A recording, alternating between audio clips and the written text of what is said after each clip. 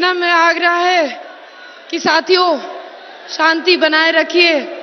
कुछ क्षण में आप जिनका बड़े दिनों से इंतजार कर रहे थे वो आपके बीच में आएंगे। अयम निज परो वेति गणनाय लघु चेतसम उद्धार चरिता नाम तू वसुदेव कुटुंबकम। वसुदेव कुटुंबकम की भावना को केवल भारत ही नहीं बल्कि पूरे विश्व में परिभाषित करने वाले विकासशील पुरुष आदरणीय प्रधान सेवक आदरणीय प्रधानमंत्री श्री नरेंद्र मोदी जी को अपने उद्बोधन के लिए सादर आमंत्रित करती हूँ। नरेंद्र मोदी जिंदाबाद। मोदी जी को जय श्री राम।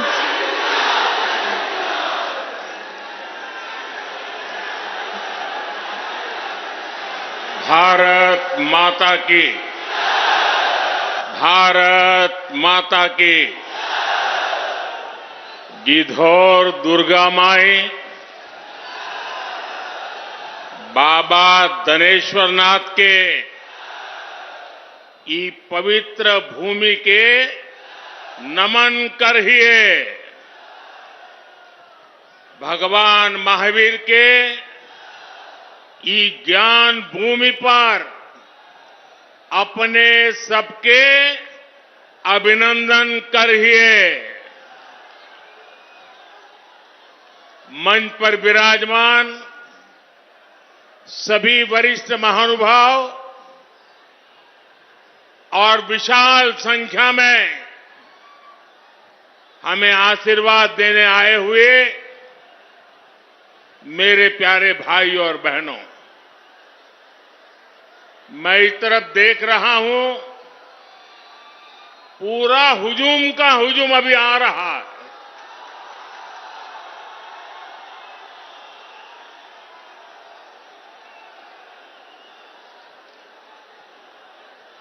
अब जरा मैं आपको सवाल पूछना चाहता हूं, ये चुनाव सभा है कि विजय सभा है?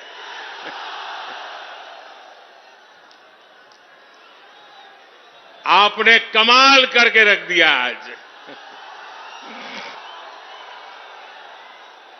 आज जमुई की इस खूबसूरत धरती पर उमड़ा ये जन सैलाब बता रहा है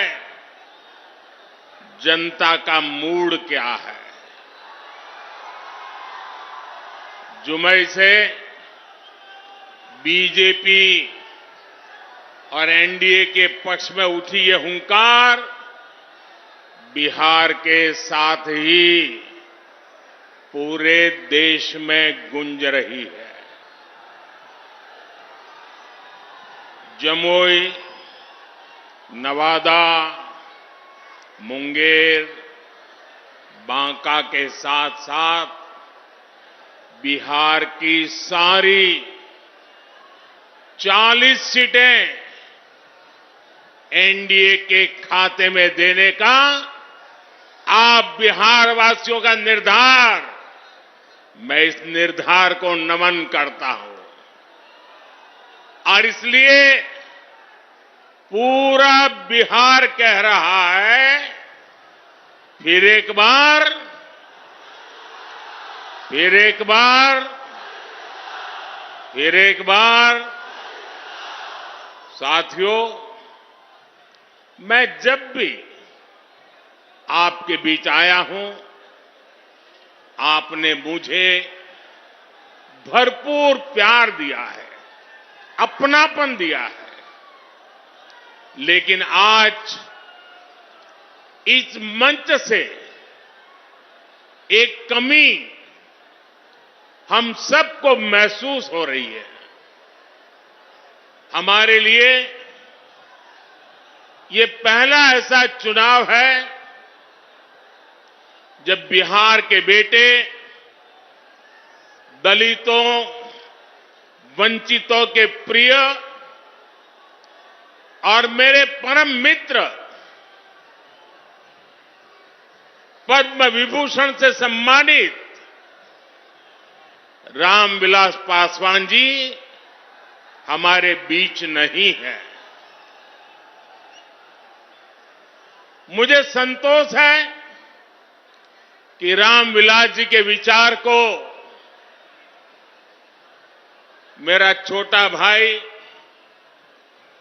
चिराग पासवान पूरी गंभीरता से आगे बढ़ा रहे हैं। 19 अप्रैल को आप एनडीए को जो समर्थन देंगे, आप भाई अरुण भारती जी को जो एक एक वोट देंगे, वो रामविलास जी के संकल्पों को मजबूती देगा। साथियों, बिहार की धरती पूरे देश को दिशा दिखाने वाली रही है। बिहार की इस धरती ने आजादी की लड़ाई में और स्वतंत्र भारत की नींव मजबूत करने में बहुत बड़ी भूमिका निभाई है। लेकिन दुर्भाग्य से बिहार के सामर्थ्य के साथ आजादी के बाद 5-6 पीढ़ियों के साथ यहां न्याय नहीं हो पाया। बिहार को एनडीए गठबंधन बहुत ही परिश्रम से एक बड़े दल से बाहर निकालकर लाया है। हमारे नीतीश बाबू की इसमें बहुत बड़ी भूमिका रही है। अब समय आ गया है कि बिहार और तेज गति से विकास करे। इसलिए 2024 का चुनाव बिहार और भारत के भविष्य के लिए बहुत निर्णायक है। ये चुनाव विकसित बिहार के सपनों को पूरा करने का चुनाव है। ये चुनाव विकसित भारत के संकल्प को मजबूत करने का चुनाव है। आज एक और कांग्रेस और आरजेडी जैसी पार्टियां हैं जिन्होंने अपनी सरकार के समय पूरी दुनिया में देश का नाम खराब किया था। दूसरी ओर बीजेपी और एनडीए हैं जिसका एक ही लक्ष्य है, विकसित भारत का निर्माण, खुशहाल बिहार का निर्माण। आप याद करिए, 10 साल पहले दुनिया में भारत को लेकर क्या राय होती थी। कांग्रेस के राज में भारत को कमजोर और गरीब देश माना जाता था। छोटे छोटे देश आज जो आटे के लिए तरस रहे हैं, उनके आतंकी हम पर हमला करके चले जाते थे। और तब की कांग्रेस दूसरे देशों के पास शिकायत लेकर जाती थी। मोदी ने कहा, ऐसे नहीं चलेगा। भारत वही महान पाटलिपुत्र और मगध वाला भारत है। भारत वही चंद्रगुप्त मौर्य वाला भारत है।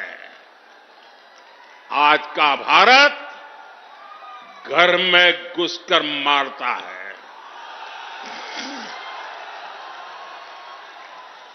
आज का भारत दुनिया को दिशा दिखाता है। अब दुनिया देख रही है कि केवल 10 वर्षों में भारत की साख और भारत की हैसियत आज कैसे बढ़ी है। आज भारत दुनिया की 5वीं सबसे बड़ी अर्थव्यवस्था बन चुका है। चंद्रमा के जिस कोने पर कोई नहीं पहुंचा था, वहां हमारा चंद्रयान, हमारा तिरंगा पहुंचा है। भारत जब G20 की मीटिंग करता है तो उसकी चर्चा भी पूरे विश्व में होती है। ये किसने किया? ये किसने किया? ये किसने किया? जी नहीं, आपका जवाब गलत है। ये मोदी ने नहीं, ये आपने किया है। आपके एक वोट ने किया है। आपके वोट की वो ताकत थी जिसके कारण ये सब संभव हुआ है। और इसलिए इस सफलता के हकदार अगर कोई है तो आप मेरे प्यारे देशवासी हैं। साथियों, आज देश कैसे बदल रहा है, बिहार खुद इसका साक्षी है। और बिहार कैसे बदल रहा है, इसका उदाहरण जमुई में भी देख सकते हैं। आप याद करिए, हमारा ये जमुई आरजेडी और कांग्रेस के काले दौर में यहां क्या हालत होते थे। जमुई की पहचान कैसी बना दी थी इन लोगों ने। जमुई आरजेडी के जंगल राज का कितना बड़ा भुक्तभोगी होता था। जमुई की पहचान नक्सलवाद से होती थी। सरकार की योजनाएं यहां पहुंचने ही नहीं दी जाती थी। नक्सली यहां सड़कें नहीं बनने देते थे। इसका नुकसान यहां के गरीब, मजदूर और किसान को होता था।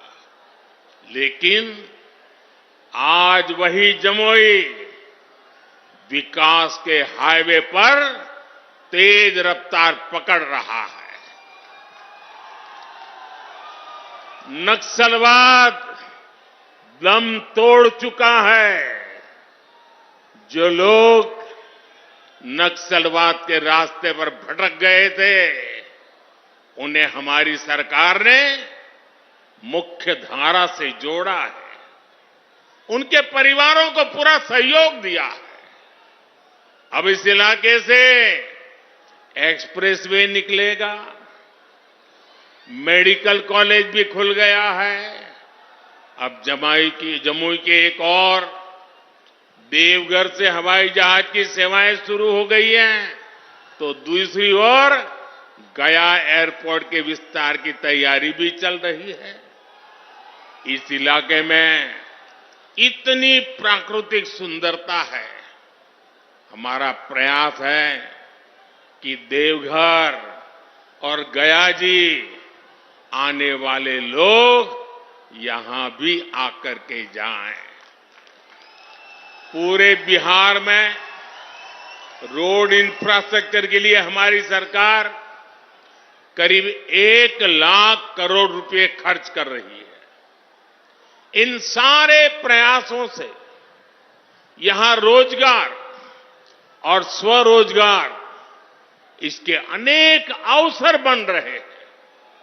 भाइयों और बहनों, आपको एक बात और कभी भी भूलनी नहीं है, हमेशा हमेशा याद रखनी है। याद रखिए, और कोई भी गरीब मां का बेटा इसको भूल नहीं सकता है। कोई भी किसान का बेटा भूल नहीं सकता है। कोई भी आशा अपेक्षा कर लेकर के जीने वाला नौजवान, मेहनत करके आगे आया हुआ नौजवान उस बात को कभी भूल नहीं सकता। याद कीजिए, रेलवे में भर्ती के नाम पर जो लोग गरीब युवाओं से जमीन लिखवा लें, वो बिहार के युवाओं का कभी भला नहीं कर सकते। रेल मंत्री हमारे नीतीश बाबू भी थे। आज तक कोई शिकायत नहीं आई नीतीश बाबू के खिलाफ। और इन लोगों ने गरीबों की जमीन छीन ली। गठबंधन गठबंधन वालों के समय में केवल खस्ता हाले ट्रेनें चलती थी, लेकिन अब पूरे देश की तरह ही बिहार के लोग भी वंदे भारत ट्रेन में सफर कर रहे हैं। और जल्द ही ये ट्रेनें देश के हर रूट पर दौड़ती नजर आएगी। जमुई के पुराने रेलवे स्टेशन की जो हालत है वो तो आप भली भांति जानते हैं। अब जमुई का रेलवे स्टेशन भी आधुनिक बन रहा है। कुछ महीने पहले जब नए रेलवे स्टेशन की तस्वीर दिखाई गई थी तो सब जगह उसकी चर्चा हुई थी। वो दिन दूर नहीं जब बिहार के बड़े रेलवे स्टेशन भी एयरपोर्ट्स की तरह सुविधा युक्त होंगे। साथियों, अभी नीतीश बाबू बता रहे थे कितने सारे काम हुए हैं। भाई चिराग बता रहे थे कितने सारे काम हुए। हमारे सम्राट जी बता रहे थे कितने सारे काम हुए। और मैं भी इतने सारे काम बता सकता हूं, शायद रात भर मीटिंग चलानी पड़े। लेकिन उसके बावजूद भी भाइयों बहनों, ये मोदी है। मोदी की कुछ सोच ही अलग है। ये इतने सारे कामों की सूची बताई जाती है ना, ये 10 साल में जो हुआ वो तो सिर्फ ट्रेलर है, ट्रेलर। अभी तो बहुत कुछ करना है। अभी तो हमें देश को, बिहार को बहुत आगे लेकर के जाना है। आप मेरे साथ सहमत हैं? सहमत हैं? सहमत हैं? और आगे जाना है ना? बहुत आगे बढ़ना है ना? बिहार को भी बढ़ाना है ना? हिंदुस्तान को भी बढ़ाना है ना? साथियों, ये मोदी गरीबी के ताप को सहकर यहां पहुंचा है। इसलिए हर गरीब के सपने का महत्व मोदी भली भांति जानता है, उसको जीने का प्रयास करता है। और इसलिए बिहार के मेरे नौजवान, बिहार की मेरी माताएं बहनें, बिहार के हर बुजुर्ग, मेरे शब्द लिख करके रखिए। और ये मोदी की गारंटी है, आपका सपना, आपका सपना ही मेरा संकल्प है। इसलिए केंद्र सरकार ने गरीब कल्याण को सर्वोच्च प्राथमिकता दी है। केंद्र सरकार के प्रयास से यहां बिहार में गरीबों को 37 लाख पक्के घर मिले हैं। आज बिहार के करीब 9 करोड़ जरूरतमंदों को मुफ्त राशन मिल रहा है और मोदी की गारंटी है अगले 5 साल भी मिलता रहेगा। बिहार में 84 लाख से ज्यादा आयुष्मान कार्ड भी बने हैं। इसलिए ही मैं कहता हूं, जब नीयत सही तो नतीजे सही। साथियों, बीजेपी सरकार इंसानों की सेवा तो कर ही रहा है, हमने पशुधन की भी उतनी ही रक्षा करने का तय किया है। केंद्र सरकार ने बिहार के करीब 2 करोड़ पशुओं को खुरपका, मुंहपका जैसी बीमारियों से बचाने के लिए मुफ्त में टीकाकरण का अभियान चलाया है। आपको कोविड के समय मुफ्त में जो मोदी ने टीका दिया वो तो याद है। मोदी पशुओं को भी टीका मुफ्त में लगा रहा है।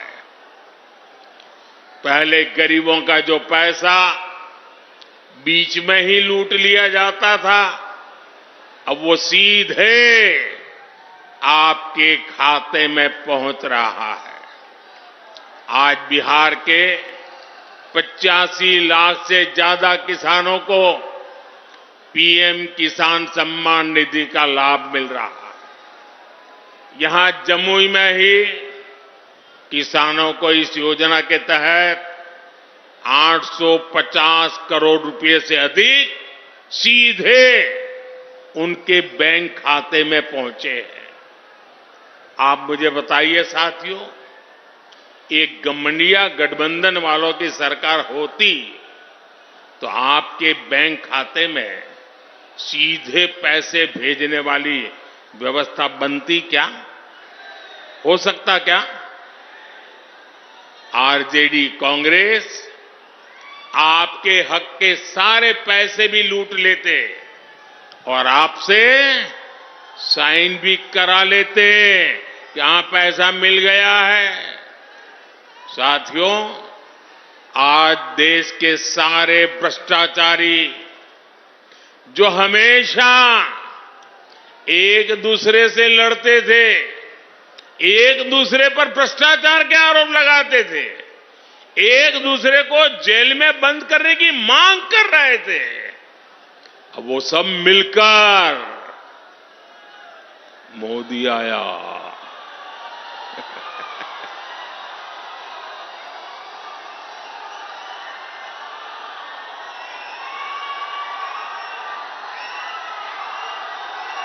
भ्रष्टाचारी कान खोल करके सुन ले, ये मोदी नहीं आया, 140 करोड़ देशवासियों का भ्रष्टाचारियों के प्रति गुस्सा निकल करके आया है।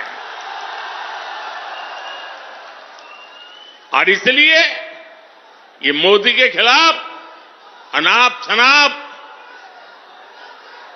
पता नहीं क्या क्या बोलते हैं।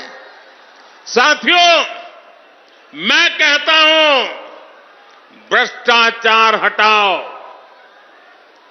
मोदी कहता है भ्रष्टाचार हटाओ, वो कहते हैं भ्रष्टाचारी बचाओ।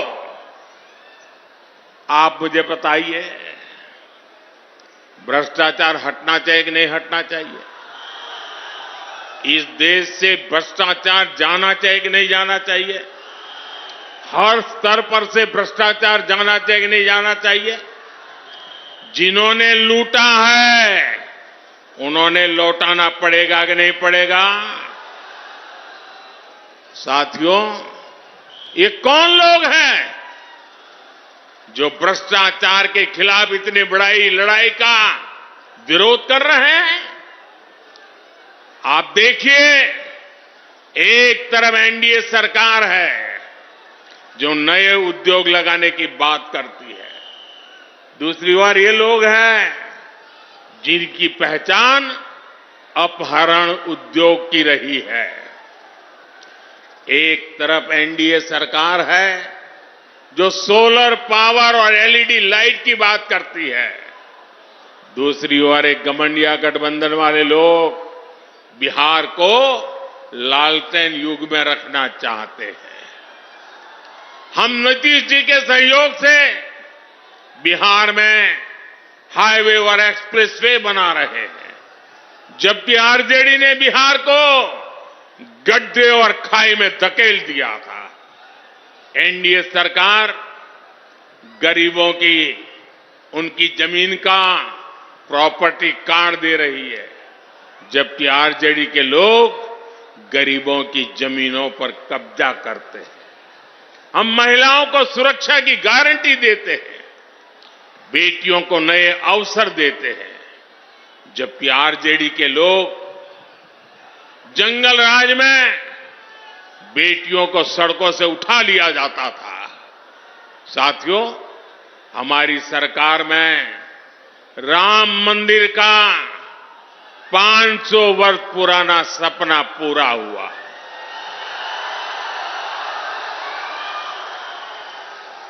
जबकि यही आरजेडी कांग्रेस ने राम मंदिर ना बने इसके लिए पूरी ताकत लगा दी थी।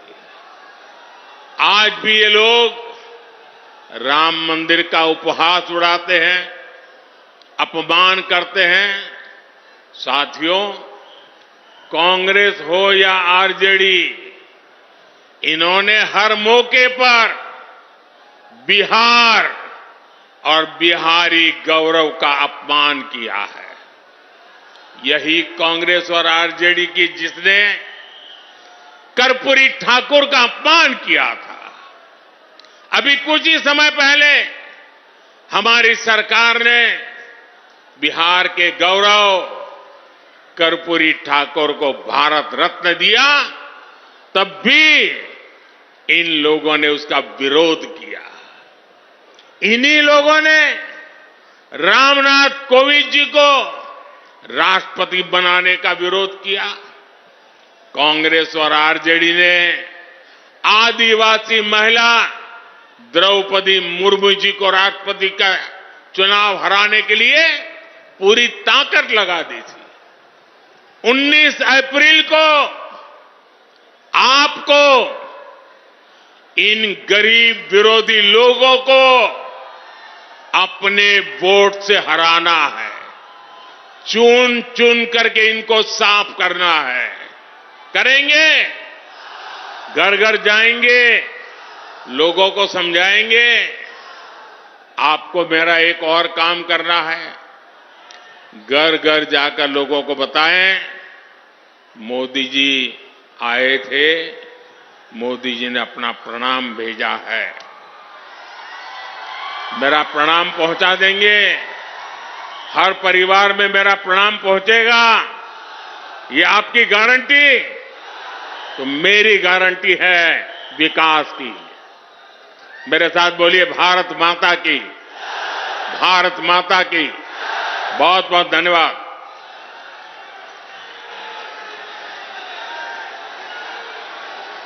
नरेंद्र मोदी जिंदाबाद, भारत माता की, भारत माता की जय। नरेंद्र मोदी जिंदाबाद।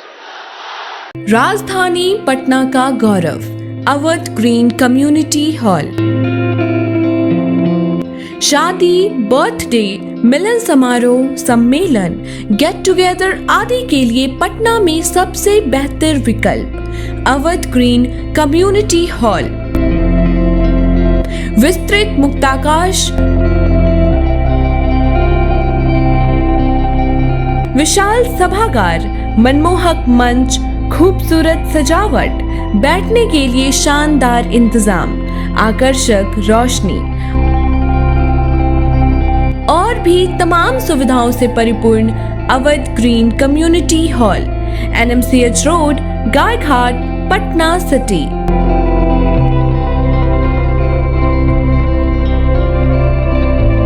पटना का सबसे भव्य कम्युनिटी हॉल।